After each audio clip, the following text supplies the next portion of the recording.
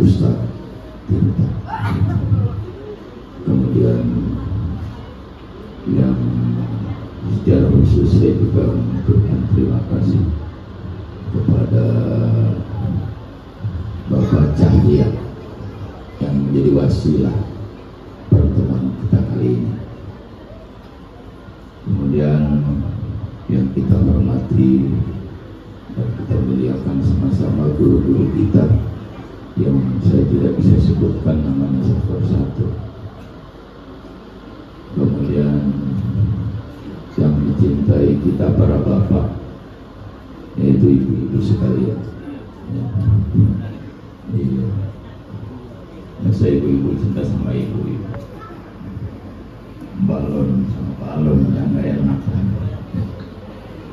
Semoga pertemuan kita kali ini menjadi ibadah kita semua di hadapan Allah Subhanahu wa Ta'ala, dan semoga ini menjadi wasilah kita untuk bertemu Allah nanti di hari kiamat. Amin ya Allah. Karena senikmat-nikmatnya kenikmatan surgawi adalah ketemu Allah Subhanahu wa Ta'ala.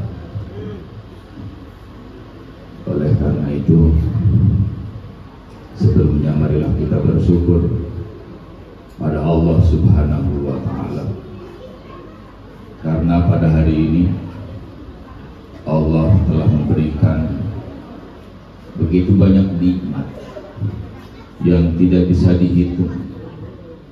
Karena semakin dihitung nikmat itu, maka semakin tidak bisa dihitung.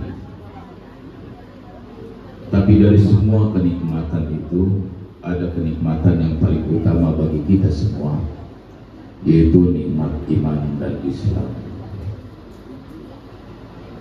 Ini kenikmatan puncak dari semua kenikmatan. Karena dengan kenikmatan iman Islam inilah kita menjadi manusia yang berhak. Sekali lagi, dengan nikmat iman dan Islam inilah kita menjadi manusia yang berhak. Berhak apa? Berhak atas surga yang Allah sediakan. Dengan nikmat iman dan Islam inilah kita menjadi manusia yang berhak bertemu kembali dengan Allah Subhanahu wa Ta'ala, yang dari Dialah kita semuanya berasal. Salawat dan salam semoga tercurah pada junjungan kita Nabi besar Muhammad Sallallahu Alaihi Wasallam, yang telah menjadi kewajiban bagi kita bersyukur dengan membaca sholawat atas baginda junjungan kita Nabi besar Muhammad Sallallahu Alaihi Wasallam.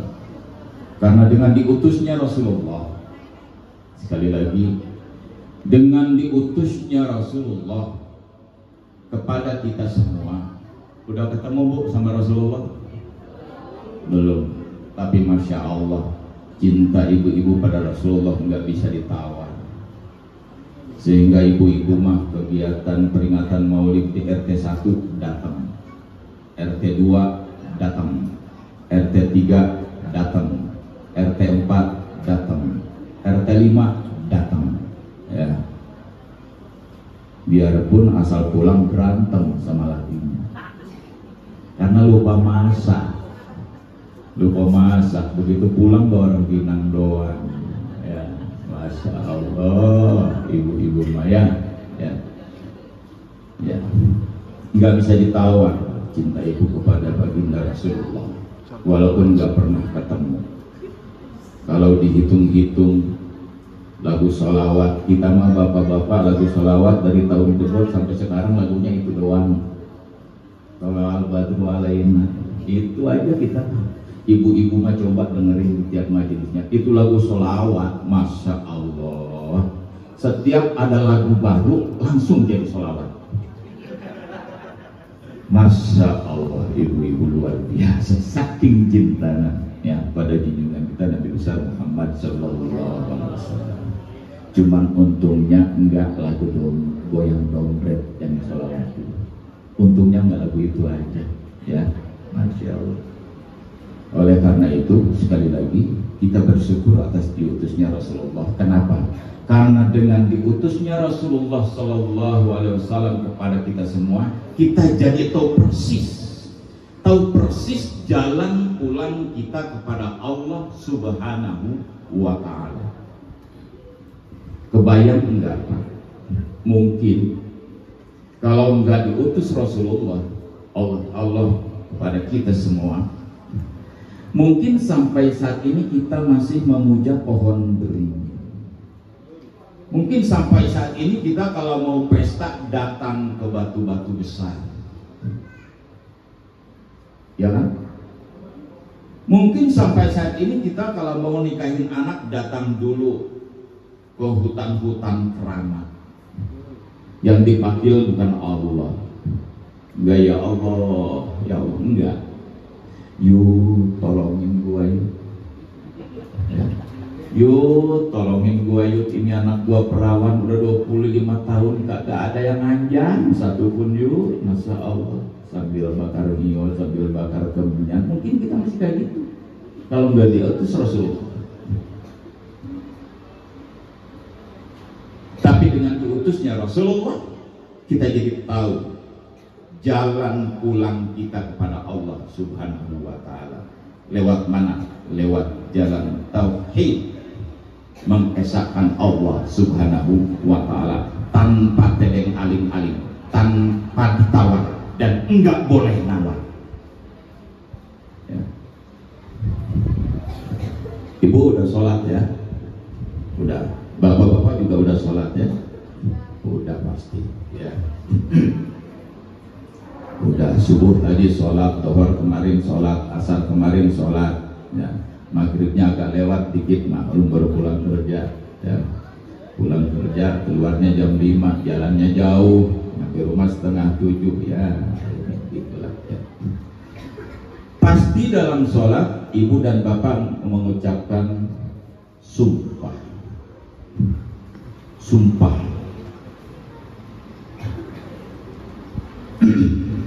Sumpahnya ada di dalam posisi duduk tahiyat.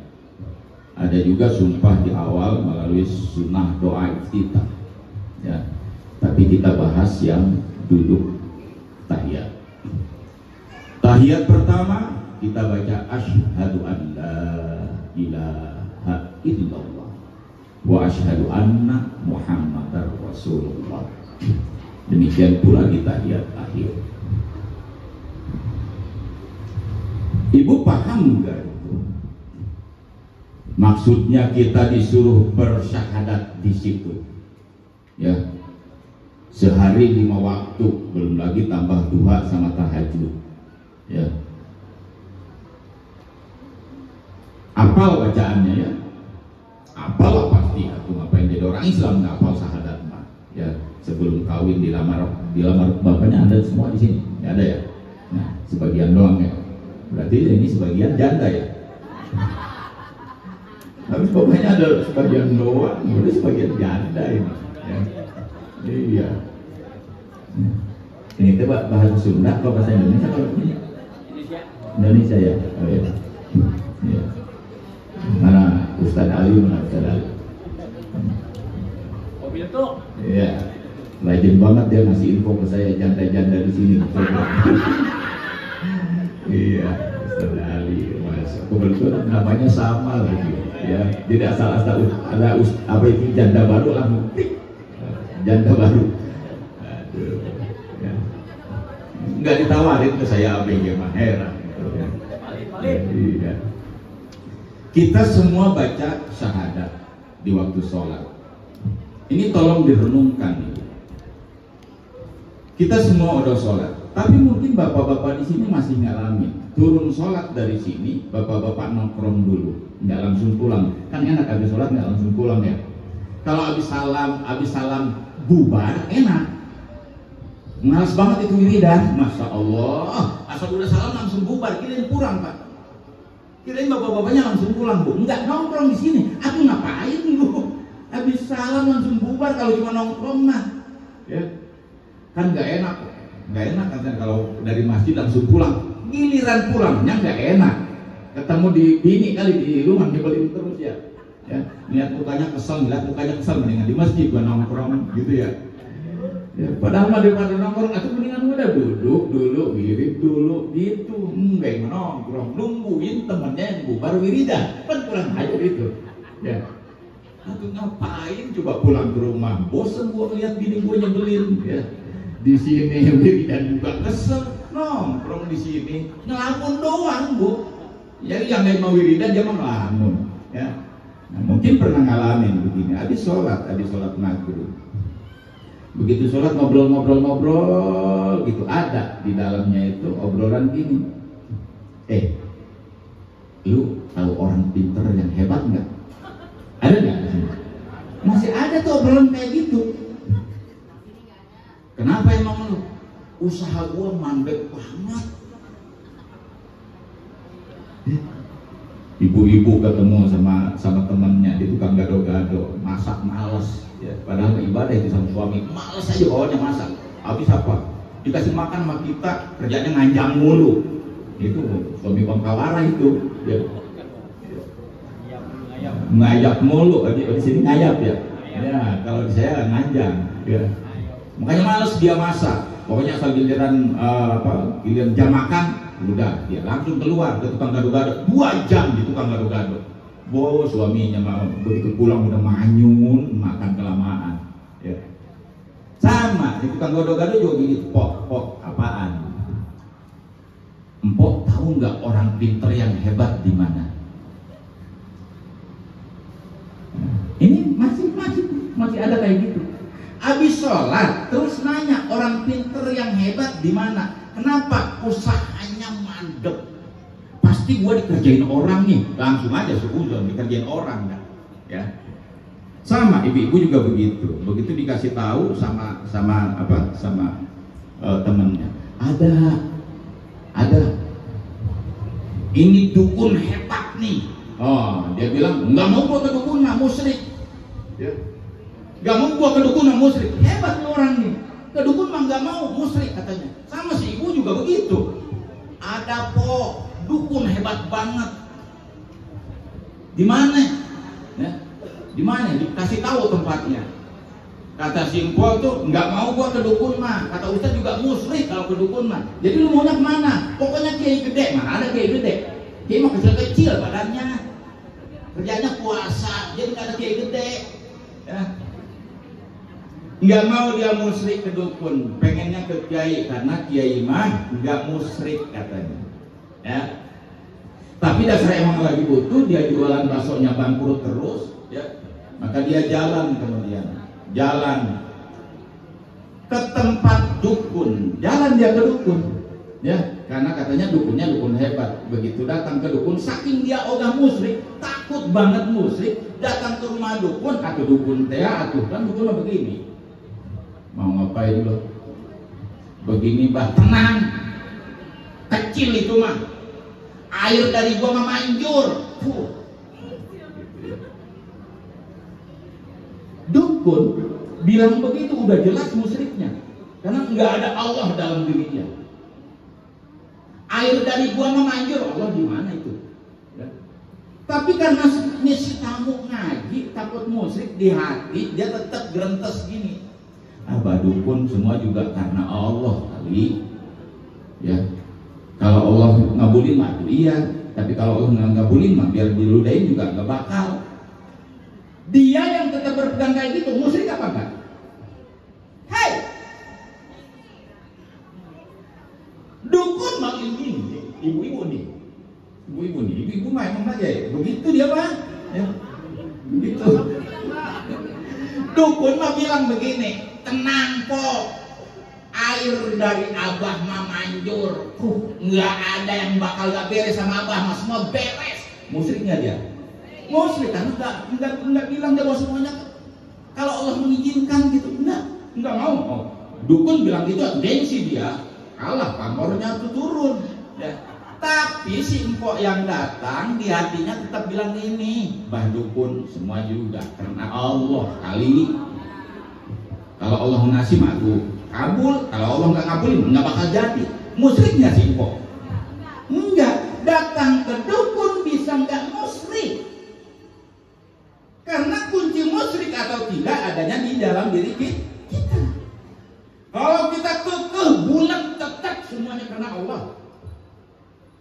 juga musyrik walaupun ke dukun.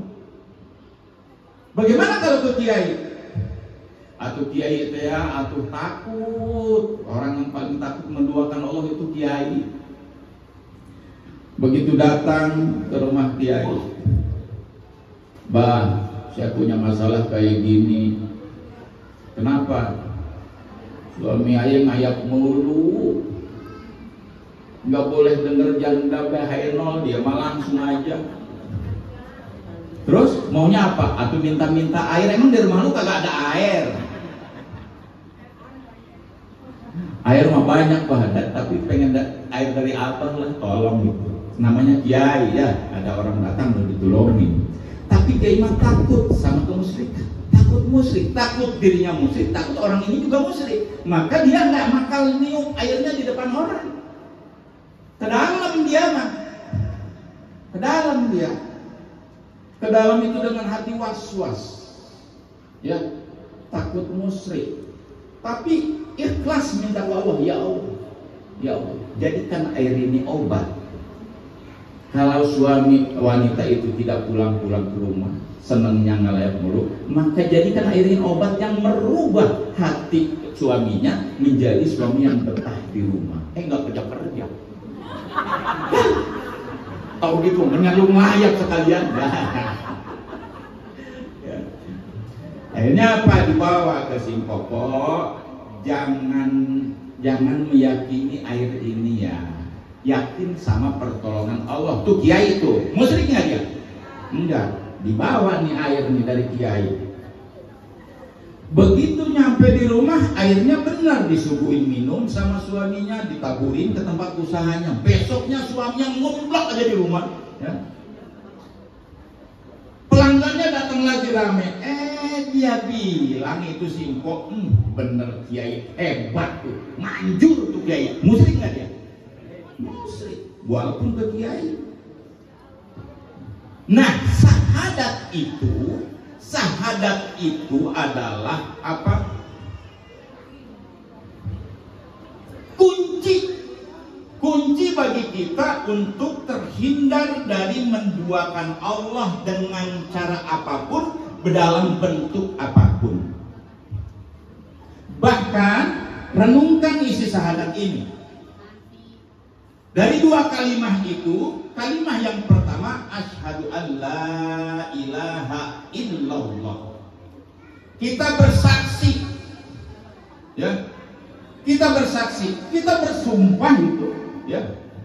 Dipaksa atau tidak, terpaksa atau tidak, ya. Udah biarin, belum aus dia.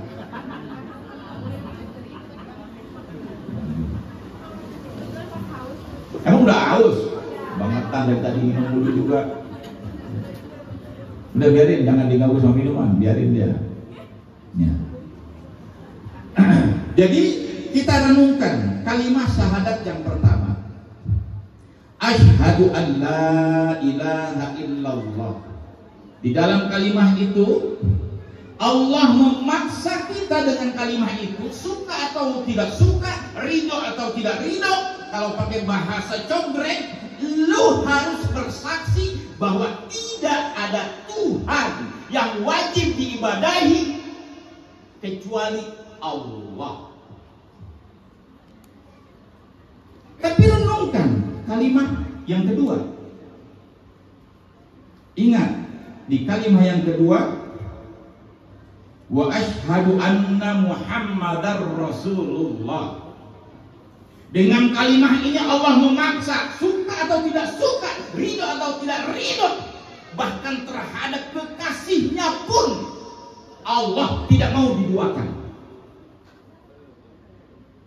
Di kalimat syahadat yang kedua, wa asyhadu anna Muhammadar Rasulullah, dan aku bersaksi bahwa Nabi Muhammad itu utusan Allah. Kebayang enggak? Apalagi pakai jimat, apalagi pakai dukun kuprek. Kita mau ngeduain Allah pakai hutan keramat. Bahkan kekasihnya Rasulullah itu kekasih Allah, tapi dengan kekasihnya Allah tidak mau diduakan. Soal ibadah lu ke gua. Tapi bagaimana cara ibadah? Itulah utusan gua. Dengan Nabi Muhammad pun Allah tidak mau diduakan. Kebayang enggak itu? Bahkan oleh kekasihnya Allah tidak mau diduakan. Ibadah malu cukup ke gua. Karena Nabi Muhammad adalah utusan Allah. Tapi dengan dialah, dengan utusanku itulah kalian bisa sampai kepadaku. Itu. Nah, aku habis sholat maghrib ngumpul di sini, nanyain orang pinter. Atau daripada nyari-nyari orang pinter, mendingan tuh yang maha pinter. Siapa? Allah Subhanahu wa ta'ala. Dagangan pengen maju, hidup pengen kaya, kerja pengen naik jabatan. Lalu pun bertahun-tahun cuma jadi perk doang, dia erek hidupnya. Lu minta kan segitu, minta ke yang maha kaya. Siapa? Allah Subhanahu wa ta'ala. Bagaimana caranya? Bagaimana caranya? Allah masih banyak cara, dan Rasulullah sudah menyentuhkan. Antara lain yang paling umum kita ketahui lewat tahajud tengah malam. Suka bangun gak? Ngompol doang bangun. Ya. Takut, Pak. Takut apa? Itu kalau ke kamar mandi takut ada kuntilanak. Tidak, ilah buset dah. Dulu orang tua kita sumurnya itu di luar. Satu kampung sumur satu, orang sekampung ke situ sumur. Ya.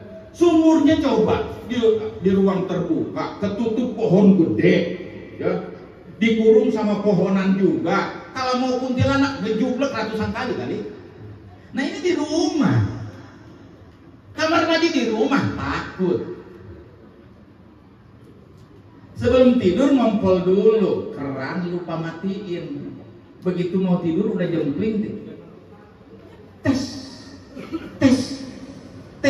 Radanya takut dikira demit buka air. Orang dia teledor, kerannya nggak dipulin nutupnya. Pengen kencing ditahan sampai subuh, nunggu adzan di masjid kedengeran, ya. Masya Allah. Jadi ada cara-cara yang dikasih oleh Allah melalui Rasulnya, yaitu apa? Kita bangun di sepertiga malam, ya.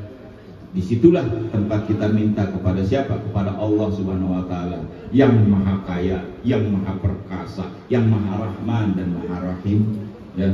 Yang tidak ada satupun doa yang ditolak oleh Allah Subhanahu wa ta'ala. Bu, zaman sekarang ini zaman udah akhir zaman, bapak-bapak, ya. Udah akhir zaman, semua tanda akhir zaman udah kelihatan, ya. Ini mah karena kalau Ali mah paham kali mustadari. Ini udah apa ya? Udah di ujung kita nih. Kalau masa 50 tahun ke belakang untuk mengatasi masalah hidup, orang boleh belajar Brajamusti, boleh belajar rawe rontek, boleh belajar segala macam ilmu yang bisa menentukan orang lain. Di fase sekarang ini, fase akhir, tidak ada senjata paling ampuh bagi manusia untuk menghadapi masalah apapun kecuali sholawat. Sekarang ini, ibu tadi suaminya ngayak mulu, duduk malam-malam, ya, duduk malam-malam, tengah malam, biarin suaminya bingung, tumpen nih bini gua rajin tahajud buat lo, gitu, biar nggak ngayak mulu, ya, sholawat. Habis sholat subuh, masih punya wudhu, mukena masih nempel, jangan bangun dulu sampai matahari terang. Isi semua dengan sholawat. Bapak-bapak bangun tengah malam. Tumben kata suaminya, lihat gua rajin banget tahajudnya. Buat gua, nah, dia begitu. Apa pengen kawin lagi?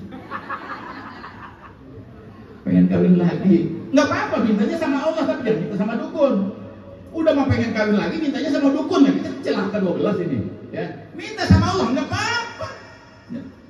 Allah ngasih ayat yang menghalalkan suami kawin lebih dari satu, nggak apa-apa. Tapi minta sama Allah, nanti caranya juga biar Allah yang ngatur. Kan nggak aneh, apa nggak sulit bagi Allah. Tiba-tiba bangun pagi, bang, lu rajin banget. Sekarang tahajud iya, mesam mau terus terang malu, kepret habak lah. Ya.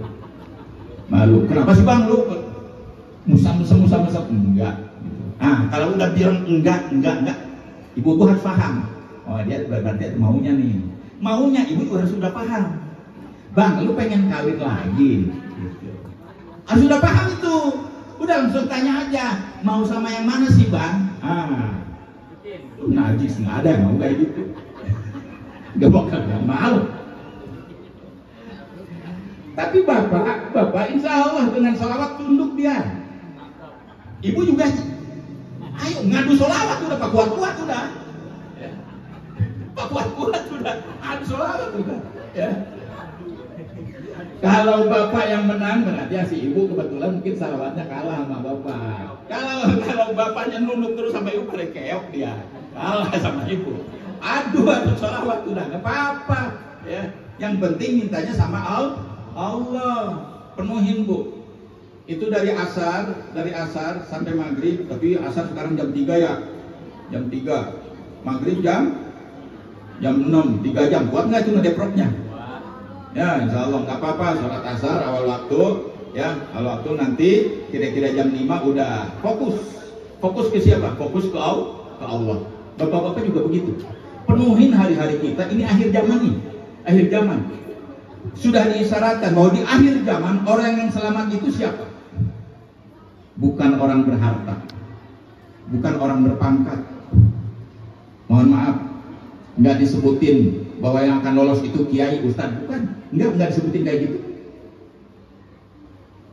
Karena ustadz banyak yang ustadz ongkoh tapi bangkawar ongkoh, banyak gitu. Ya, banyak itu.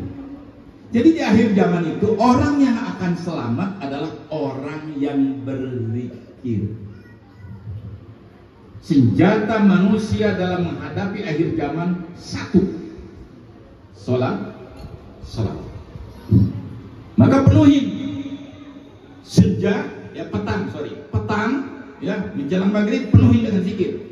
Habis subuh sampai matahari muncul penuhi dengan zikir. Insya Allah apapun masalah yang Bapak Ibu hadapi, semuanya menjadi ringan, nggak ada yang berat satupun. Saya bicara begini karena saya udah ngalami. Saya sama Pak Cahya tuh, Pak Cahya mana? Ibu Cahya mana sih tadi? Ada. Bu, ibu kalau ibu ikut majalannya, perjuangannya berat asli. Ya, asli berat, berat, ya. Jadi semua yang saya sampaikan ini karena kebetulan, mohon maaf, saya banyak ketemu orang-orang, ya, orang-orang yang lembut, orang-orang yang halus, yang sudah diberi oleh Allah karunia, ya, kabar tentang kondisi akhir zaman ini, yang kita secara fisik, secara akal bisa ngerasain bahwa ini akhir zaman, ya. Gitu. Nah, oleh karena itu bersyukurlah kita dengan diutusnya Rasulullah, karena kemudian dengan diutus Rasulullah kita jadi tahu jalan pulang kita. Jalan pulang kita cuma satu, bulat ke Allah tanpa bisa ditawar-tawar. Ya, bulat ke Allah, jangan ditawar-tawar dengan apapun. Tadi sudah saya gambarkan, bahkan dengan kekasihnya Allah tidak mau diduakan. Ibadah malu ke gua, lu minta ke gua, tapi lu kalau nggak baca sholawat, doa lu ngambang di langit. Ya, ingat itu ya Bu ya. Ya. Nah, hari ini kita sampai jam berapa? 12. Jam 12. Oke, jam 12 ya. Jam 10 nih. Ya. Hari ini kita memperingati bukan cuma hari kelahiran Rasulullah. Karena Rasulullah meninggalnya juga, wafatnya juga itu di bulan Maulid.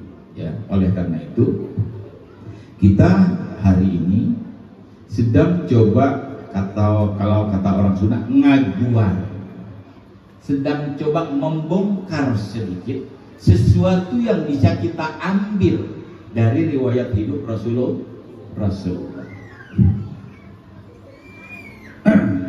kita nggak apa-apa nih dari awal ya, dari awal agak panjang lebar dikit. Tapi ibu ngedengerin ceramah saya jangan sambil mikirin utang ya, biar fokus gitu ya. Enggak sambil mikirin utang, ker tidur ya. Bu, ada pertanyaan besar. Untuk apa sih Allah ngutus Rasulullah Nabi Muhammad Sallallahu Alaihi Wasallam yang bahkan dikasih garis merah bawahnya itu? Kalau bahasa cobrek, ya Muhammad, kalau bukan karena engkau ya Muhammad, aku tidak akan menciptakan semesta ini. Bicara semesta berarti termasuk kita. Ya. Saya persimpel bahasanya. Ada enggak kalimat bahwa Allah menghendaki kita ke neraka? Bahwa Allah menghendaki manusia ke neraka? Enggak ada.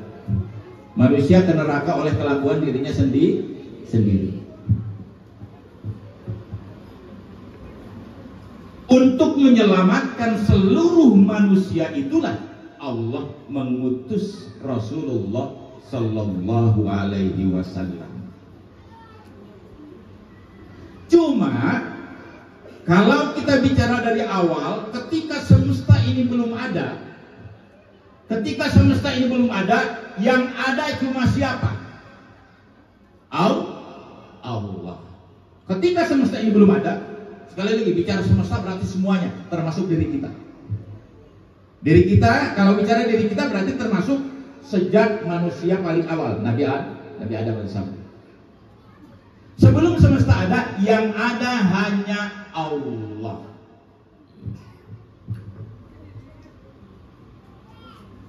Entah di masa kapan, di masa lampau, mungkin ratusan juta, mungkin miliaran juta yang lalu, Allah mulai menciptakan makhluk yang pertama. Makhluk yang pertama itu hanya berupa ruh. Yang cikal bakal ruh kita sudah diciptakan sejak awal. Itu adalah ruh yang menjadi cikal bakal ruh semua makhluk sepanjang semesta ini ada. Cikal bakal ruh itu di dalam kitab disebut ummur ruh, induk ruh, makna roh, induk segala ruh disebut ummur ruh. Ini kita belum ada nih, bumi belum ada, pohon belum ada, semua tata surya belum ada, galaksi belum ada. Yang ada ciptaan Allah yang pertama adalah ummur ruh. Di dalamnya ada ruh-ruh semua makhluk yang akan berlangsung dari awal semesta ini dibikin sampai hari kiamat nanti. Itu makanya dikatakan bahwa kita sudah pernah bertemu dengan Allah. Di mana? Di alam ruh. Itulah ya, ketika kita dalam umur ruh. Umur ruh itu, induk segala ruh itu melihat Allah, dan ketika melihat Allah, umur ruh itu di dalam kitab dikatakan berkeringat. Sederhana banget ya. Orang Islam itu bikin apa?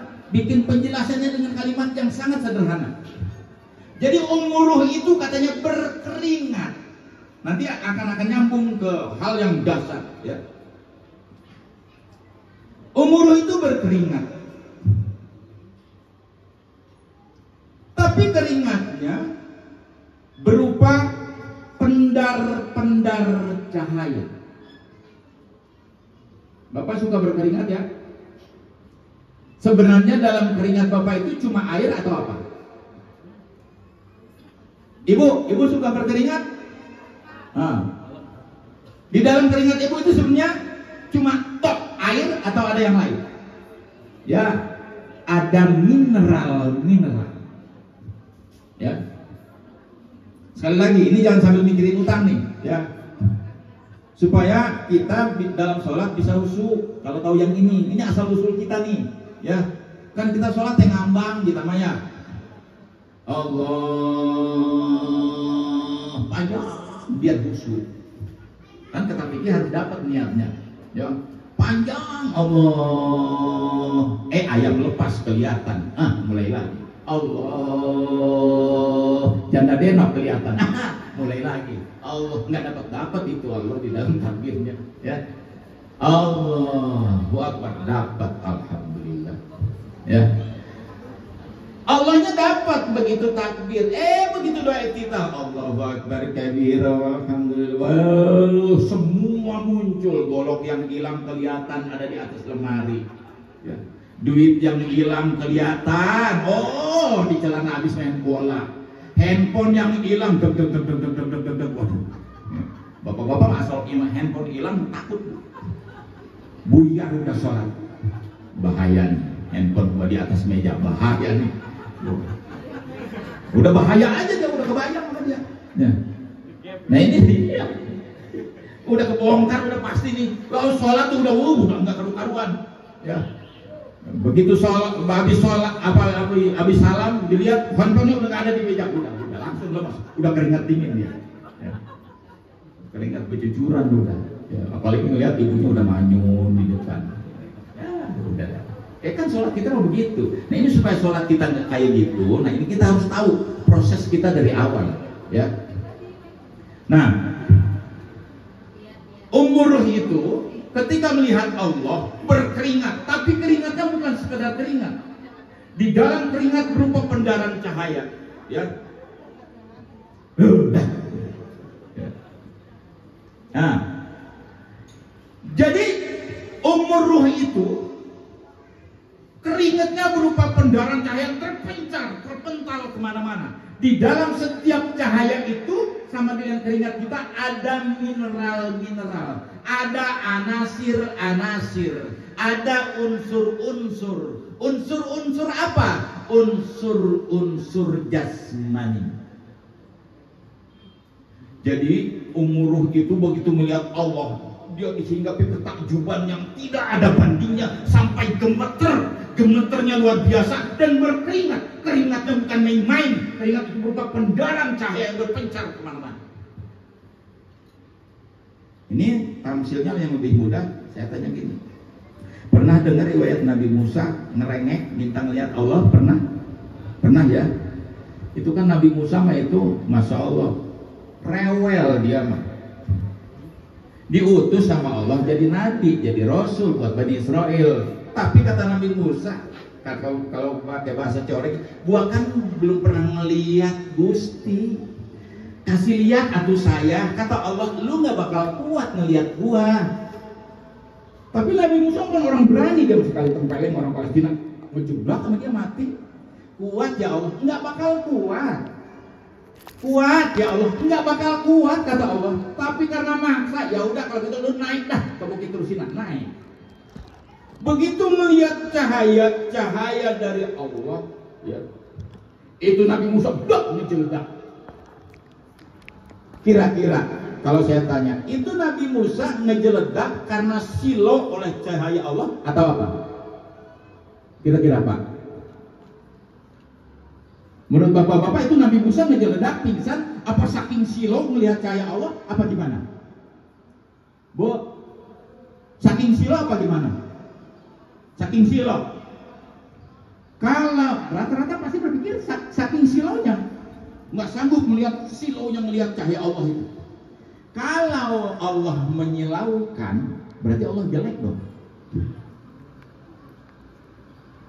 Berarti Allah jelek dong. Nah, ini teh kayak gini. Mana nenek-nenek yang paling tua sini? Itu ya. Ya. Nek, pernah megang duit 1 triliun yang sekarang dikorupsi banyak orang? Nggak pernah ya. Tiba-tiba nenek dipanggil sama DKM ke sini ke masjid. Nek, sini nek, naik sini. Ada apaan sih? Pak Tirta. Nih nek, ini bungkusan semeja gini nih bungkusannya nek. semeja ini bungkusan buat nenek. Apaan sih isinya lah, gue juga kagak tahu. Dibuka sama nenek, ternyata itu duit 400 triliun nek. Ini duit, ya itu duit nenek itu. Lah gue nggak pernah nabung, itu duit nenek. Mau ngejeledak nenek. Saking apa? Saking bahagianya, nggak sanggup nahan rasa bahagia. Sama orang bertahun-tahun nggak ketemu sama keluarga, udah puluhan tahun, begitu ketemu nangis pingsan. Kenapa? Karena nggak sanggup menahan rasa bahagia. Itulah yang terjadi pada Nabi Musa alaihissalam. Nggak sanggup menerima, melihat keagungan Allah lewat cahayanya, keindahan yang tiada banding, ngejeledak dia. Jadi bukan karena silau. Nah, Ruh itu ketika diciptakan Allah langsung melihat Allah, kemahagungan Allah yang membuat Ruh kemudian meledak. Kenapa saya sebutkan meledak? Sementara di kitab disebutkan berkeringat. Nah, ini berhubungan dengan dunia akademisi. Di dalam dunia sekolah ada seorang orang Eropa yang dikasih Allah ilmu yang luar biasa. Siapa namanya? Albert Einstein. Albert Einstein itu satu-satunya orang yang diberi kesempatan oleh Allah melihat, menyaksikan, dan mengemukakan teori.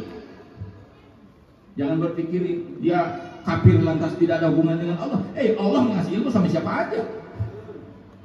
Albert Einstein itu melihat ternyata dulu, kata Albert Einstein yang kemudian disebutkan teorinya dengan sebutan teori Big Bang. Ya. Jadi kata Albert Einstein bahwa dulu semesta raya ini diciptakan lewat sebuah ledakan yang sangat dahsyat di semesta raya, yang sekarang sisanya masih terlihat. Dia sebut dengan black hole. Ada ruang hitam di semesta raya ini yang Albert Einstein dikasih kesempatan menyaksikan, dan itu disebut teori Big Bang. Ternyata ini sejalan dengan kitab yang dikupas oleh orang Islam, bahwa dulu semesta ini diciptakan lewat satu ledakan yang sangat besar. Ruh itu meledak. Tapi kitab kita menulisnya dengan bahasa yang sederhana. Ruh itu berkeringat. Sampai cahayanya berpendar kemana-mana, semua cahaya itu mengandung anasir-anasir, mengandung unsur-unsur jasmani. Apa unsur jasmani itu? Di situ mengandung air, hidrogen, ya, mengandung api, mengandung udara, oksigen, mengandung tanah. Itulah unsur-unsur jasmani yang dibawa oleh pendar-pendar cahaya. Allah Maha Agung menciptakan semesta raya dengan cara seperti itu. Pendar-pendar cahaya itu memantul, berpencar kemana-mana. Ada yang kemudian membentuk galaksi-galaksi, ada yang menjadi planet-planet, ada yang menjadi bintang-bintang, ada yang menjadi segala macam. Termasuk salah satunya mental ke sebuah galaksi yang sangat jauh, dan berhenti dia di batas gravitasi lontaran pada waktu itu, berputar dia pada porosnya akibat lontaran yang sangat keras, berputar, jadilah dia planet bumi. Dengan cara itu Allah menjadikan tempat untuk siapa? Untuk al-insan. Baru kemudian Allah setelah bumi siap, ya, karena bumi lewat ilmu-ilmu geografi dikatakan ini fasenya luar biasa, jutaan tahun sampai bumi ini layak dihuni. Terakhir penghuni yang paling ekstrim adalah rombongan dinosaurus. Rombongan dinosaurus hilang, baru manusia muncul. Coba kalau kita sekarang orang cokrik harus berhadapan sama dinosaurus, mampus kita. Kalau dinosaurus masih ada, untung tinggal fosil. Ya. Maka kemudian Allah menciptakan Nabi Adam. Nabi Adam Allah sudah menentukan bahwa dari Nabi Adam inilah akan muncul dari generasi ke generasi manusia sampai manusia terakhir. Sampai manusia terakhir. Ruh itu namanya Ahmad. Di dalam kita ada ruh enggak? Ada. Pendar cahaya itu, cahaya yang berpendar yang kemudian menjadi asal mula semesta raya, namanya pendar cahaya itu namanya Nur Muhammad. Itu makanya agama kita mengajarkan bahwa kita semua semesta raya ini termasuk diri kita berasal dari Nur Muhammad. Karena kita berasal dari itu semua, dari situ sudah sangat jelas. Oh, ternyata kita semua berasal dari Allah. Pertama yang hanya ada Allah. Kemudian Allah menciptakan Ruh bernama Ahmad. Dari Ruh diciptakan Nur Muhammad. Dari Nur Muhammad itulah tercipta kita semua. Jadi kita berasal dari Allah. Di dalam diri kita ada ruh, ada Ahmadnya. Diri kita juga terdiri dari jasad, ada daging, ada tulang, ada segala macam, berasal dari Nur Muhammad. Dari situ udah bisa diketahui. Oh, pantas kita harus modar ya. Pantas kita harus mati. Pantesan orang kudu pae. Pantesan orang kudu pae. Karena di dalam diri kita ini semuanya, di dalam diri kita semuanya ada sesuatu yang asalnya langsung dari Allah Subhanahu wa Ta'ala, bukan dari mana-mana.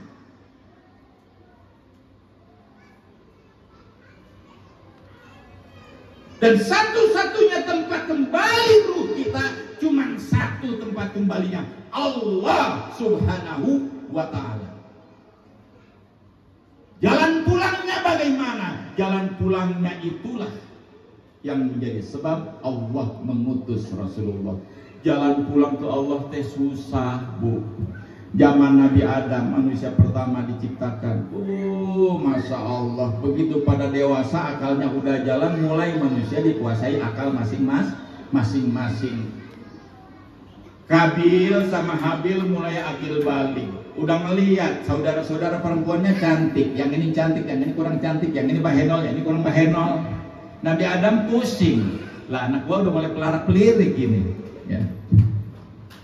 Maka Nabi Adam minta kepada Allah supaya apa? Nabi Adam tahu persis bahwa salah satu godaan paling berat bagi manusia adalah hasrat seksual. Banyak perempuan dipukulin sama lakinya. Bahkan terakhir di kampung saya ada yang dibunuh sama lakinya.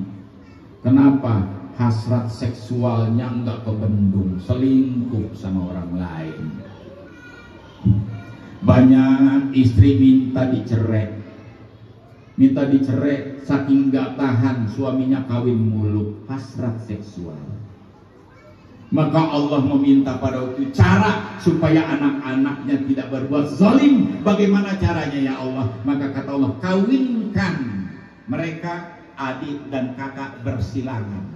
Karena Kabil kembar dengan Iklimah, cakep.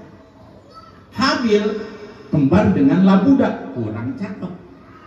Tapi kata Allah kawininnya bersilangan, kan apes bagi Kabil. Kabil anak pertama, laki-laki pertama dapat perempuan kedua, kembarannya Habil, tapi kurang cakep. Habil anak kedua harus kawin sama tetehnya yang pertama, kembaran Kabil, cakep. Begitu harus apa? Ditentukan pernikahannya, dikawinkan masing-masing bersilangan. Kabil mulai. Pada saat itulah godaan iblis masuk. Padahal Adam menghendaki semua anaknya berjalan bersama Nabi Adam. Menuju siapa? Menuju Allah. Tapi Kabil akhirnya terjebak oleh godaan setan. dibunuhlah Habil, ya. Dan sampai sekarang yang paling berat ditahan oleh manusia adalah godaan hasrat seksual. Banyak kiai ambles gara-gara melihat santrinya yang bahen. Ini godaan beset deh. Makanya untung aja Pak Cahya ngadirin ibu-ibu semua, tua-tua semua. Ogah disebut tua tuh, perempuan tuh begitu. Pengennya muda aja. Ya. Iya, emang tua nenek ya. Tuh, jujur kayak nenek tuh, ngaku tua. Ya. Ya. Jadi, sekali lagi. Nah, Allah Maha Rahman, Maha Rahim. Allah Maha sayang pada manusia ini. Allah menghendaki kita semua ke surga. Nggak ada Allah menghendaki manusia ke neraka. Maka untuk menyelamatkan semua manusia itu supaya semua manusia bisa ke surga, tidak ada cara lain. Allah mengutuslah Rasul-Rasul, orang-orang pilihan, orang-orang yang bisa membawa umat menuju Allah dengan cara berbuat baik dan benar. Diutuslah ya setelah Kabil dan Labuda diusir oleh Nabi Adam, ya kehidupan menjadi semakin bertambah. Allah mengutus Nabi yang kedua, siapa? Nabi Sis. Nabi Sis itu anak terakhir dari Nabi Adam, anak ke-25. Nabi Sis menikahnya dengan siapa? Dengan Iklimah, jandanya Habil. Itu kan janda kembang itu, ya. Iya, cakep lagi. Dikawinkan dengan Sis. Mohon maaf nih, ini saya lariin sedikit. Dari Nabi Sis itulah kemudian nanti lahir Nabi Idris. Ya, dari keturunan Nabi Sis lahir Nabi Idris. Karena setiap kaum itu ternyata apa? Asal nabinya udah hilang, orang kembali bangkawarah. Selalu begitu manusia mah. Ini di lembur sini, di kampung sini, asal kiainya udah meninggal nanti ayo coba lihat dah. Pada bangkawarah lagi, selalu begitu. Maka Nabi Isis meninggal, manusia bangkawarah lagi, diutuslah Nabi Idris. Nabi Idris meninggal, manusia bangkawarah lagi. Diutuslah Nabi Nuh. Jadi Nabi Nuh itu berdakwah ke siapa? Ke umat-umat Nabi Idris ini. Orang-orang yang lagi bangkawarah itu diutuslah Nabi Nuh. Sampai saking bangkawarahnya apa? Kalau kata bahasa Cokre, udah lo nyantai aja, bikin perahu aja lo. Ya. Gue mau gua lalapin semua nih orang Cokre ini. Akhirnya apa? Hantam dengan banjir, ya banjir bah yang semua manusia pada saat itu umat Nabi Nuh dihilangkan kecuali orang-orang yang naik perahu Nabi Nuh. Dari Nabi Nuh itu lahirlah anak-anak yang kelak, mohon maaf nih, yang kelak lahir salah satu anaknya dari Nabi Nuh itu bernama Yafet. Kenapa saya sebutkan cuma Yafet? Dari Yafet ini di dalam berbagai kitab ditulis dengan berbagai nama, antara lain Yahwan. Kemudian ada nama lagi dari Yafet ini, Jaffa. Dari Jaffa itulah kemudian muncul Jawa. Jawa yang dimaksud bukan Pulau Jawa. Nusantara ini disebut Jawa. Inilah keturunan Yafet. Keturunan Yahwan atau Yaffa atau Jaffa atau Jawa. Dan orang Indonesia ini, orang Nusantara, semua bersaudara. Semua kita bersaudara. Satu keturunan kita ini. Maka disebutlah ini, dulu bahasanya belum seperti bahasa kita. Sundanya belum kayak Sunda kita, bahasa Indonesia belum kayak bahasa Sunda kita, Arabnya belum seperti Arab sekarang.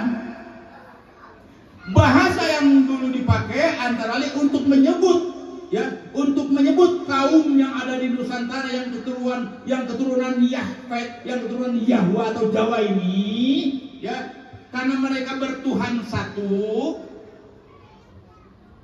Kan dari zaman Nabi Adam semua perintahnya cuma satu, menuhankan Tuhan yang satu. Siapa? Allah. Nah, keturunan Nusantara itu disebutkan Sunda. Jadi Sunda itu bukan orang Sunda sekarang. Sunda itu Nusantara itu dulu disebut Sunda. Apa artinya Sunda? Sun, Tuhan yang satu, Da itu manusia. Jadi orang Nusantara udah dikenal sejak dulu sebagai manusia yang bertuhan satu. Jadi orang Indonesia mah dari dulu udah bertuhan satu, udah Islam sejak awal. Nah, ini ya, harus tahu ini dari mana asal usulnya kita. Nah, kembali lagi, diutus Nabi Nuh, dilelepin semua, ya. Dari Nabi Nuh kemudian nanti lahirlah bapaknya para nabi. Bapaknya para nabi siapa? Nabi Ibrahim. Dari Nabi Ibrahim nanti lahir dua anak. Satu Nabi Ismail. Karena yang lahir pertama Nabi Ismail. Versi kita, versi Islam. Kalau versi Nasrani nggak mau dia. Dia maunya anak yang lahir pertama itu Ishak. Kita mah enggak. Ismail udah pokoknya. Lahirlah Nabi Ismail. Dari Nabi Ismail nggak ada nabi, tapi cuma anak-anak soleh, termasuk keluarga Adnan. Tapi dari Nabi Isa banyak. Dari Nabi Isa lahir Yakub. Yakub itu dapat gelar Israel. Dari Yakub lahir siapa? Yusuf, orang terganteng sedunia. Yang ibu-ibu kalau mengupas mangga, tangan yang diiris bukan mangganya. Ya. Diutus nabi-nabi, ya. Diutus nabi-nabi. Terus sampailah kemudian ke nabi terakhir. Ya, sebelum nabi terakhir tiba ada nabi perantara. Nabi pembuka gerbang. Siapa? Nabi Isa alaihi salam. Makanya di Injil itu dia bilang, ya, dia ngasih kabar ke orang-orang manusia semua, bersiap-siaplah kalian karena kerajaan Allah akan segera tiba. Tapi orang-orang sana ini berpikir yang dimaksud dengan pintu kerajaan Allah itu yang membawanya adalah dia. Padahal Nabi Isa bilangnya bersiap-siaplah kalian karena kerajaan Allah akan segera tiba. Berarti bukan dia. Ya. Dan di kitab-kitab itu dijelaskan ciri-ciri orang yang akan memimpin di kerajaan Allah itu kayak apa. Dan itu teridentik nanti, ya. Nah, ibu-ibu sekalian, menjelang kelahiran Rasulullah, kita semua sama-sama tahu tiba-tiba muncul satu pasukan Abraha yang ingin menghancurkan Ka'bah. Jadi ternyata upaya penghancuran Ka'bah itu dari dulu udah ada. Orang yang nggak suka dengan tempat ibadah Ka'bah ini, ya, dengan fokus, ya, sentral tempat ibadah, udah banyak orang yang nggak suka dari dulu. Abraha bahkan nekat mau menghancurkan Ka'bah. Ceritanya semua sudah tahu.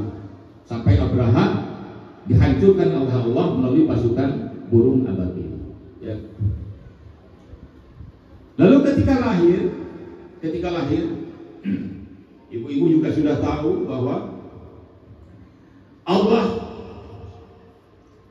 mempersiapkan orang-orang mulia untuk lahirnya satu sosok yang akan menyelamatkan semesta raya, khususnya menyelamatkan semua manusia. Kenapa? Ini manusia harus selamat. Tapi untuk selamat udah dicoba diutus nabi-nabi sebelumnya. Asal nabinya meninggal, orangnya bangkawarah lagi. Diutus nabi yang lain meninggal, bangkawarah lagi. Diutus nabi lagi, bangkawarah lagi. Diutus lagi, bangkawarah lagi. Maka Allah mempersiapkan seseorang yang akan bisa membimbing manusia untuk bisa pulang kepada Allah, bahkan ketika pembimbing itu sudah tidak ada.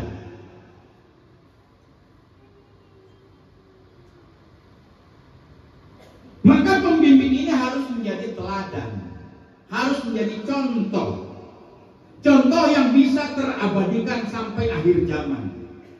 Kalau contohnya hanya berupa malaikat, lah manusia gimana ngambil teladannya? Nggak mungkin. Kalau contohnya berupa jin tahu sendiri. Tersinggung karena disuruh sujud di hadapan Adam aja ogah dia. Jangan-jangan dia membawa orang ke api semua. Maka Allah mempersiapkan sosok yang akan menjadi pemimpin, yang akan menjadi pembimbing kita semua, harus seperti kita. Maka dari nur Muhammad, Allah mengirimkan Muhammad yang lain berbentuk manusia. Ini mah nur Muhammad yang akan menjadi pembimbingan nanti, Muhammad yang berwujud manusia. Maka dia juga harus lahir sebagaimana orang kebanyakan, supaya orang tidak merasa asing. Emang susah bagi Allah kalau misalkan jumlah Nabi Muhammad jadi kun fayakun. Apa? Seperti Nabi Adam, nggak usah ada ibu, nggak usah ada bapak, kun fayakun jadi. Seperti Nabi Isa, nggak usah ada bapak, jeblok jadi. Tapi ini enggak, umat yang akan dipimpin oleh Nabi Muhammad, umat yang kecerdasannya udah luar biasa, selalu bermain logika. Maka Allah mengutus utusan terakhir ini harus seperti manusia kebanyakan wujudnya. Maka dipersiapkanlah orang-orang mulia. Siapa? Abdullah dan Siti Aminah. Ini adalah keturunan orang mulia, keturunan orang-orang soleh. Kalau ada orang bilang bahwa orang tua, ayah dan ibu Nabi Muhammad itu kafir, suruh sini, wah kampak sekalian. Ini mereka orang-orang mulia, orang-orang yang berteguh pada ajaran Nabi Ibrahim, ajaran Islam. Maka Siti Aminah setelah hamil, Masya Allah, diuji oleh Allah. Dalam keadaan hamil, ditinggalkan oleh suaminya. Tapi Allah Maha Rahman, Maha Rahim. Allah Maha kasih sayang pada Siti Aminah. Karena ini bukan perempuan sembarangan. Ini perempuan yang dipersiapkan oleh Allah untuk melahirkan manusia paling suci. Maka Siti Aminah ketika hamil nggak merasa berat, nggak merasa menderita. Ibu menderita hamil. Waktu hamil menderita nggak, Bu? Yang benar, berat ya. Tidur susah ya, telentang susah, miring kiri susah, miring kanan susah, duduk nggak lama pegel lagi. Nah itu maklum pan kita mah, bapaknya juga begitu ya.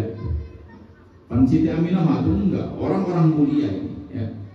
Maka ketika lahir, Masya Allah, Siti Aminah menceritakan ketika dia lahiran, dia melihat cahaya yang cemerlang, tidak hanya menerangi kamarnya, tidak hanya menerangi rumahnya, tidak hanya menerangi kota Mekah, tapi Siti Aminah melihat cahaya yang menerangi seluruh semesta raya. Siti Aminah melihat dengan kelahiran anaknya itu cahaya yang menerangi seluruh permukaan bumi. Kenapa demikian? Karena anak yang dilahirkannya adalah nur yang menjadi cikal bakal kita semua. Ketika Rasulullah lahir, tanah-tanah yang tandus langsung menjadi subur. Hewan-hewan yang kurus tidak punya susu langsung penuh dengan air susu. Kalau saja waktu itu sudah ada ahli sejarah yang mencatat kejadian yang terjadi di Indonesia, pada saat itulah Allah menumbuhkan suburnya Nusantara ini dengan lahirnya Rasulullah. Jadi pada saat itulah semua tumbuhan tumbuh di permukaan bumi. Di Indonesia nggak ada tumbuhan sehebat Indonesia. Di Indonesia mah ada kecapi, ada duku. Ada orang yang makan duku kemanisan, oke, gua kasih kokosan. Ya, Masya Allah. Ada buah apel mah terlalu gurih, dikasih kesemak. Masya Allah. Ada buah buni, itu yang asam aja macam-macam. Ada buah buni asamnya begini, ada buah rendang asamnya begini, ada buah jerami asamnya begini, ada lagi buah belimbing asamnya makin jadi, ada lagi pohon asamnya sekalian. Masya Allah, nggak ada di negara lain yang tumbuhannya mungkin jutaan spesies, dan itu tumbuh disuburkan pada saat Rasulullah lahir. Kenapa? Karena ini akan menjadi basis kekuatan Islam terbesar di dunia. Dipersiapkan sejak awal. Masya Allah. Itu lahirnya. Ketika Nabi Muhammad kecil, ibu-ibu mau waktu kecil, Masya Allah, ya, ngebohongnya jadi, nakalnya jadi, ya, badungnya jadi. Bapak-bapak juga waktu kecil nakalnya jadi, badungnya jadi gelarnya juga no, brengsek no. Ya. Perawan-perawan sekarang ya, Masya Allah, begitu remaja nakalnya jadi, badungnya jadi, panggilannya apa? Sejablay. Tapi Rasulullah sejak kecil sudah mendapat gelar yang sangat mulia, Al-Amin. Masya Allah. Asyiddi, gelar-gelar yang sangat mulia. Karena apa? Ini adalah orang yang dipersiapkan oleh Allah untuk menjadi teladan bagi seluruh manusia dan sampai akhir zaman, sampai kiamat itu datang. Ya. Maka tidak ada teladan yang terbaik kecuali Rasulullah. Innama bu'istu liutammima makarimal akhlak. Akhlak terbaik adalah akhlak Rasulullah. Saya dulu waktu ceramah pertama, gagal. Kan saya begini ceramahnya. Ini mohon maaf ya, mohon maaf. Saya itu ketika dapat panggilan ceramah pertama bingung. Kan saya bukan kiai, sebenarnya kiai, mohon maaf ini, saya bukan kiai ini sebenarnya. Saya mah seniman. Pekerjaan saya di rumah, Kang Cahya tahu, kerjaan saya mah ngelukis. Terus kerjaannya ngajar. Saya ngajar nggak mau di sekolah SD kecil-kecil ceweknya. Ngajarnya di SMK, SMK mah enak. Baru datang wangi. Mau pulang dandan dulu mereka mah di kelas, wangi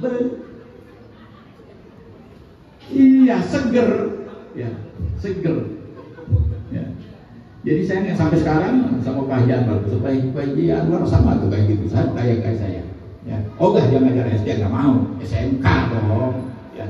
STM nih, STM, oh keteknya aja nggak ketulungan dah. Ya. SMK mau wangi-wangi. Tapi waktu itu karena saya seniman, gara-gara saya bikin acara TV. Saya bikin acara TV di Trans 7, lama tuh. Pertama saya bikin ekspedisi alam gaib, ngejar-ngejar demit, ngejar-ngejar setan, ya. Ngejar-ngejar setan. Saya bikin ekspedisi alam gaib tuh. Setiap tempat angker saya datangin, pengen tahu gua setannya kayak apa. Kata orang kuntilanak tuh suka mencet peler. Lah, gua nggak tahu, percaya gua, ya. Percaya gua. Semua tempat. Cuman di setiap acara, di akhir acara tuh saya suka menulis kalimat gini. Kan yang bacain narasinya saya yang suara itu suara saya. Di akhirnya itu selalu bahwa setan tidak untuk ditakuti, setan hanya pantas diwaspadai. Pantas saya tahu doang, ya. Terus saya terakhir saya bikin jejak misterius. Nah, gara-gara di kalimatnya ada kalimat tauhid, di akhirnya saya tidak kiai. Diundang saya ceramah. Bingung saya pun harus ngomong apa gitu. Tambah lagi kan seniman mah perasaannya halus. Seniman mah saya ngelihat waktu itu, ngelihatnya begini. Mohon maaf, ini mah saya. Kok kata saya kayaknya nggak bener deh ini yang ada sekarang ini. Apa? Mau balik dibayar? Ini kan nyelkit nih kalau udah gini. Menurut saya mah nggak bener deh kayaknya mau balik dibayar. Karena apa? Di Al-Quran dijelasin. A'udzubillahi minasyaitonirrajim. Bismillahirrahmanirrahim. Wa ma arsalnaka illa rahmatan lil alamin. Ya kan? Untuk menjadi rahmat. Kemudian di ayat-ayat yang lain banyak sekali ayat yang menegaskan bahwa kita itu dalam berdakwah tidak boleh minta bayaran. Bayaranku cukup dari Allah. Sudah baca itu. Ada puluhan ayat tegas kayak gitu. Maka waktu itu saya berpikir, waduh, pertama saya bukan dai, lalu saya merasa enggak serak dengan tradisi kayak gitu. Masa ngajarin agama dibayar sih? Gitu. Maka kemudian saya nanya lah ke kiai paling terkenal di Tangerang. Ya, guru kita sama-sama. Ya, Kiai Haji Uji Turtusi, abah kita. Saya datang pagi-pagi, habis subuh saya datang, nungguin di terasnya. 5:30 baru keluar. Ada apa? Saya gemeter, kan saya jarang ketemu kiai. Sekali ketemu masa orang hebat kayak gitu ya. Gemeter saya, ceritalah bahwa saya dipanggil ceramah gitu. Kira-kira saya harus gimana? Saya cerita, saya bukan kiai, saya bukan santri. Lama guru kita itu termenung. Akhirnya dia jawab, jalanin, tapi yang ikhlas. Nah, kan suruh ikhlas tuh. Tapi dalam hati saya bertanya, ikhlas itu gimana kiai? Karena kebanyakan kiai itu kalau ceramah pasti minta dibayar. Oke, dia nggak minta dibayar, tapi teriakannya di podium itu, gua nggak suka amplopnya, gua nggak suka isinya. Begitu ya? Gak suka dibayar, gua mau nggak, gua emang doyan, gua amplop, yang dolarnya isinya, gua dah, pergi sama aja tuh. Tanya saya diam, mikirin kata ikhlas, rupanya paham dia itu. Gini ikhlas mah, kata dia. Ya. Ikhlas itu ketika kita melakukan satu amal, jangan ada yang nempel di hati dan pikiran kita kecuali Allah. Kalau ada yang selain Allah, riya namanya, mendingan gak usah. Benar, sesuai ini sama saya. Udah, ya, karena disuruh jalanin, saya jalan. Sebelum pulang mewanti-wanti. Mulai sekarang kalau mau ziarah ke kiai, carilah kiai ahli ibadah aja. Lah, dalam pikiran saya semua kiai pasti ahli ibadah. Tapi kenapa ini mewanti-wantinya? Carilah kiai ahli ibadah aja. Berarti ada kiai yang bukan ahli ibadah kalau begitu. Karena di hati saya juga bertanya-tanya tentang itu, dijelasin lagi sama beliau. Kiai ahli ibadah itu nih begini dan tidak mungkin begini. Saya pegang itu tulisannya. Sampai rumah sebelum berangkat ceramah, saya keliling dulu ke rumah kiai-kiai dengan patokan itu. Baru saya ngeh, ternyata Masya Allah, mencari kiai ahli ibadah itu susahnya bukan main. Dari semua kiai yang sana, astagfirullahaladzim, saya bilang ternyata iya, susahnya bukan main. Nah, barulah setelah ketemu salah satu kiai yang paling sibuk, ini saya berani. Nah, di ceramah saya selalu menyampaikan soal itu. Saya nggak makaiin namanya ceramah dibayar. Nggak makai gitu. Ngajar ngaji di rumah dibayar, nggak. nehi. Nggak mati sampai sekarang. Sampai sekarang. Maka siapapun yang datang ke saya ngundang ceramah, suka nanya, kira-kira bayarannya berapa? Mendingan pulang loh. Kalau nanya pakai bayaran berapa? Bayaran yang paling mahal saya minta. Apa coba? Doain supaya saya istiqomah menjaga keikhlasan ibadah kepada Allah Subhanahu wa taala. Itu yang paling mahal.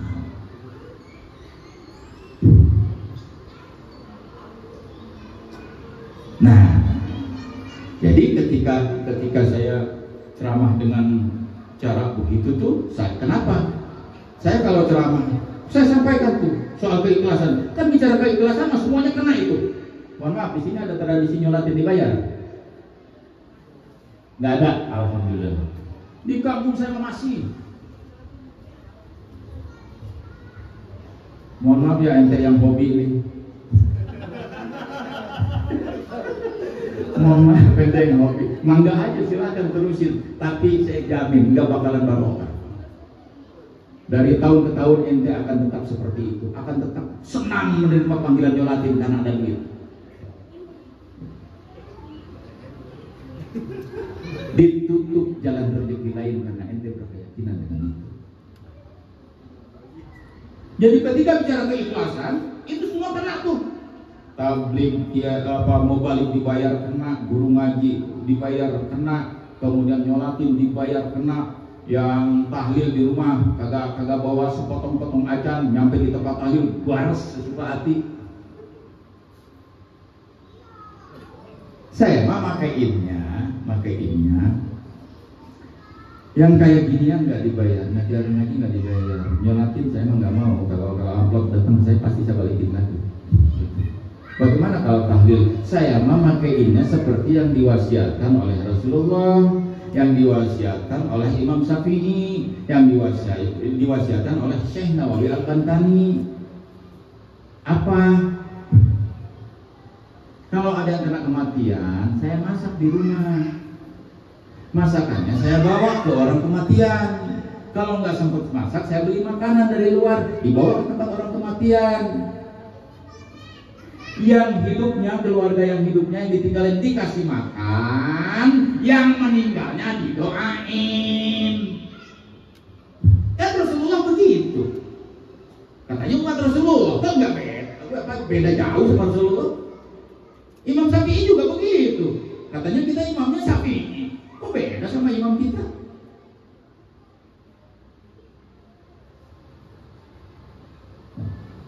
Ada lagi yang ngajiin dibayar? Iya, ada juga ya? Ada. Mohon maaf saya. Tapi udah aja lah, silakan aja. Cuma saya emang enggak gitu. Ngajiin dibayar. Ketika kita sudah sepakat, mohon maaf ini di kampung saya, sepakat sabarang duit saminggu. Kadang yang duitnya banyak mah sebulan, kadang yang duitnya 100 hari. Gua kasih 20 juta ya. Oke. Ketika bilang oke, pada saat itu tanpa disadari sesungguhnya keluarlah perjanjian kontrak.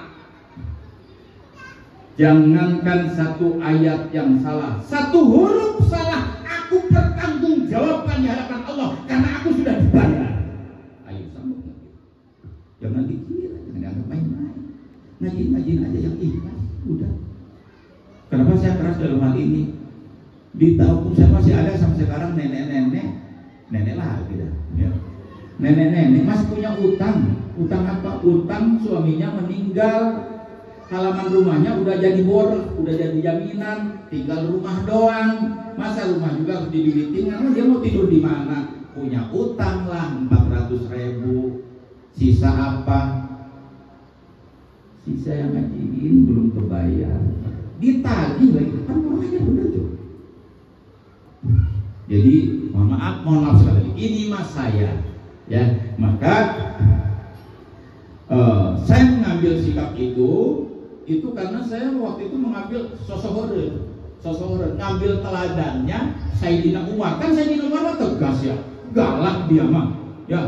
galak dia mah. Ketika ada gubernur menyita tanah orang Israel, orang kafir, ya, karena mau dibangun masjid, dikira emang membangun masjid bagus sekali. Tanahnya sitaan dari tanah orang kafir. Ya, orang kafir ya orang Yahudi kan akhirnya apa? Lapor ke Sayyidina Umar. Ya Umar, ini gimana ini Islam? Kok tanah saya disita? Katanya buat ngebangun masjid. Siapa gubernurnya? Si A disebutin. Ambil tulang. Garis sama Sayyidina Umar pakai pedang. Gerak, bawa sono. Bilang dari Sayyidina Umar. Wah, gemeter gubernur. Saya waktu itu ceramah pakai gaya Sayyidina Umar. Pengen gagah. Ternyata habis ceramah di satu tempat. Kan saya mah kalau ceramah tuh kemudian lihat ada ustadz yang nggak setuju dengan pemikiran saya, terus mukanya peranas peringis, saya tunjuk tuh. Saya tunjuk saya mau, saya, masya Allah. Sekarang saya nggak lagi, udah jinak. Udah jinak saya. Saya dijinakan oleh siapa? Masya Allah, perempuan seperti Siti Aminah, perempuan mulia. Siapa? Ibu saya. Saya habis ceramah di satu tempat, 2 hari kemudian saya silaturahmi ke emak saya. Itu emak saya manggil, tadi siap. Kan bagi emak mah, ya walaupun anaknya udah jadi profesor, anak kecil aja bagi emak mah, ya tadi siap. Kamari sia dope kamari ceramah di mana? Saya ingat, saya sebutin, saya ceramah di situ. Nama tempatnya Blok Alapan namanya.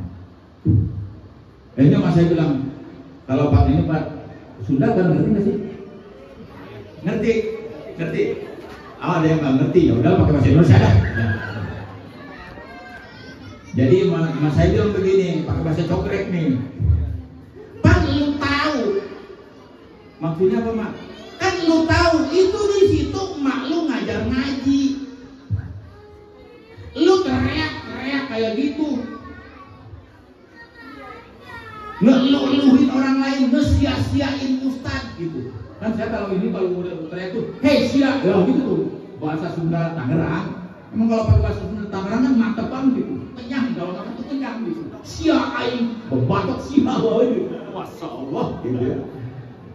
Itu kata masa, emang lu nggak bisa ceramah pakai bahasa yang halus, yang lembut. Bukan orang nggak ngerti sama isi ceramah lu, tahu mereka juga yang lu sampaikan itu bener, cuman orang malas makanya kalau udah sakit hati. Tuh, iya juga kali ya. Ternyata betul, bukan mereka tidak paham, tapi sakit hati dengan cara saya menyampaikan.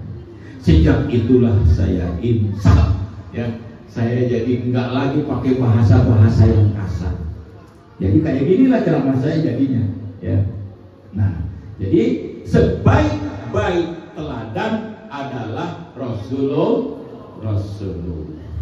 Sebaik-baik teladan adalah Rasulullah.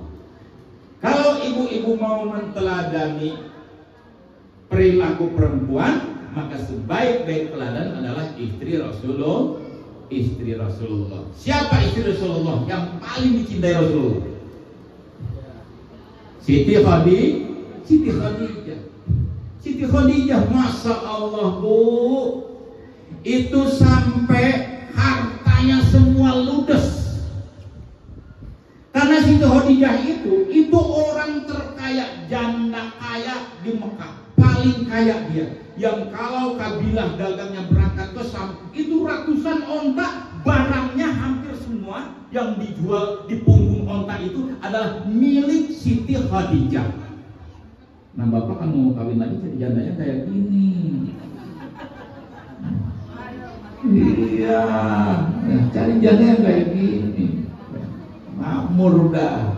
Asal bini yang di rumah, bini ke satu ngambak, udah lu minta duit dah ke bini yang muda. Minta duit banyak, pulang bawa di rumahnya adem pasti. Gak bakal protes dia. Siti Khadijah itu demi membela Rasulullah, suami yang sangat dicintai, sampai habis semua harta bendanya. Sampai menjelang wafatnya hanya baju yang nempel di badan.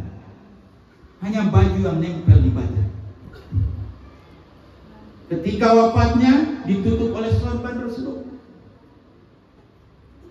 Siti Khadijah yang ketika wafat Siti Khadijah menangis Rasulullah. Dan kalau ingat itu selalu menangis Rasulullah. Tirulah cara akhlak Siti Khadijah. Ini mau nggak boro-boro ngorbanin harta buat suami, boro-boro dah. Kurang belanja dikit aja udah, piring melayang jebret. Ya. Kurang belanja dikit udah males tidur, dia nggak nunggungin aja. Siti Khadijah mah sampai hartanya ludas, ngebelain suami. Lah, Pak Ustaz, gimana saya mau ngebelain suami? Dia mau ngabisin harta saya buat kawin lagi. Emang sialan itu, masukin dangkalan rumah. Iya. Jadi tiru anak Siti Khadijah. Sampai apa? Sampai Siti Aisyah itu iri banget dengan Siti Khadijah. Wajar karena manusia. Siti Aisyah itu iri. Saking irinya itu Siti Aisyah pernah begini ke Siti Fatimah Az-Zahra. Siti Fatimah Az-Zahra itu anaknya Siti Khadijah, dan ini adalah anak yang paling disayang oleh Rasulullah. Karena Siti Fatimah Az-Zahra nggak ada takutnya, kalau ngebela ayahnya nggak ada takutnya.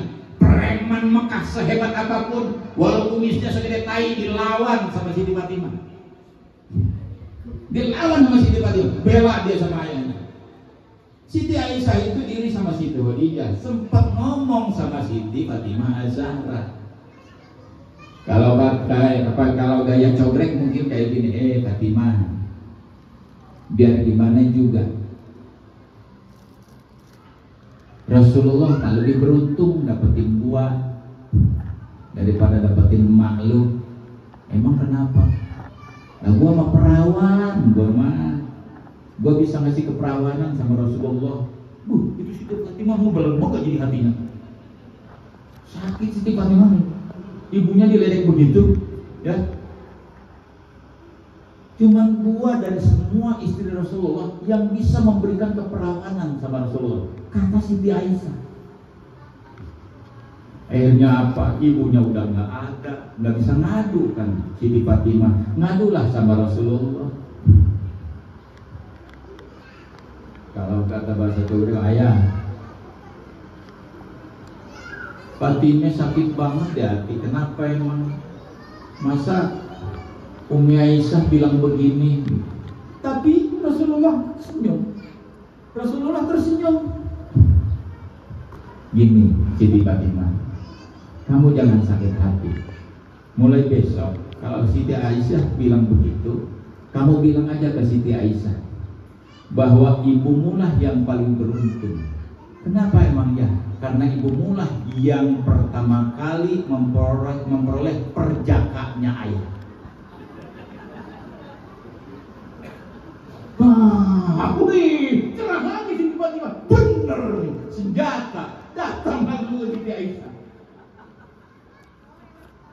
Ya Umi, ada apa Siti Fatimah? Ternyata yang paling beruntung bukan Umi.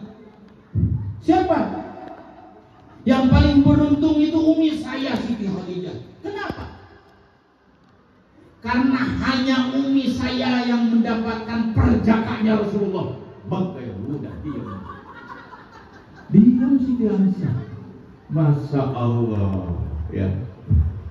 Jadi dari semua riwayat yang diceritakan di berbagai kitab tentang Rasulullah, itu semua menjadi suri tauladan buat kita. Dan hari ini kita memperingati kelahiran dan wafatnya Rasulullah. Menjelang wafat, Rasulullah sempat sakit. Ketika sakit yang dipanggil cuma satu, ummati, ummati, ummati. Saya kalau ini suka terharu. Kenapa? Banyak orang-orang yang mencintai Rasulullah. Siti Khadijah, Siti Aisyah, Siti Fatimah Az-Zahra. Tapi Rasulullah tidak menyebut itu semua. Sebelum meninggal, Rasulullah menyebut tentang kita-kita. Ummati, ummati, ummati. Rasulullah sangat khawatir apabila Rasulullah Rasulullah sudah meninggal, umat kembali seperti umat-umat terdahulu.